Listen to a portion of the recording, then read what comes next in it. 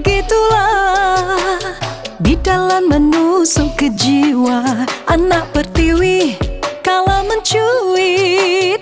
Pantunnya amboi makan dalam mawar meludang kenangan.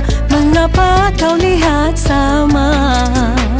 Apakah tandanya masih belum bijaksana?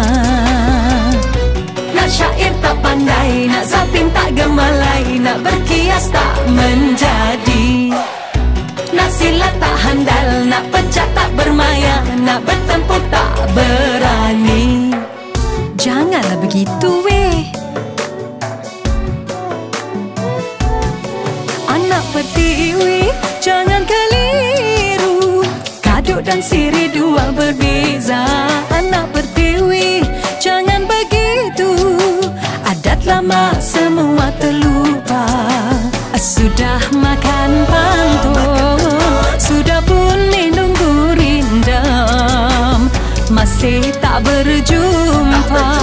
Di mana marifatnya? Nak syair tak pandai, nak zapin tak gemalai, berkias tak menjadi, tak menjadi.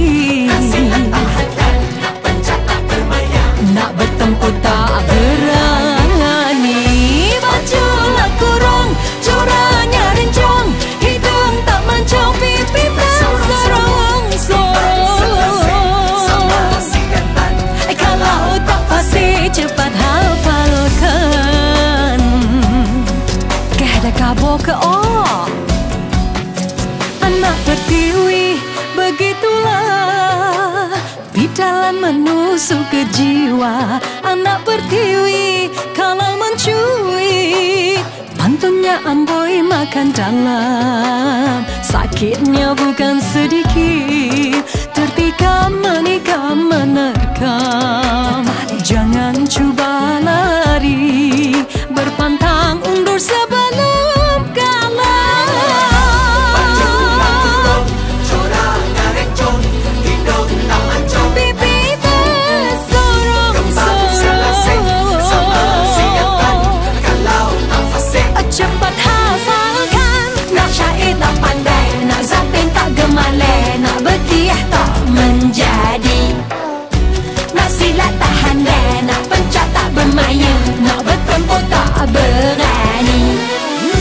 Nak syair tak pandai, nak zapin tak gemalai, berkias tak menjadi, nak silat tak handai, nak pencak tak bermaya, nak bertempur tak berani. Nak syair tak pandai, nak zapin tak gemalai, berkias tak menjadi, nak silat tak handai, nak pencak tak bermaya, nak bertempur tak berani.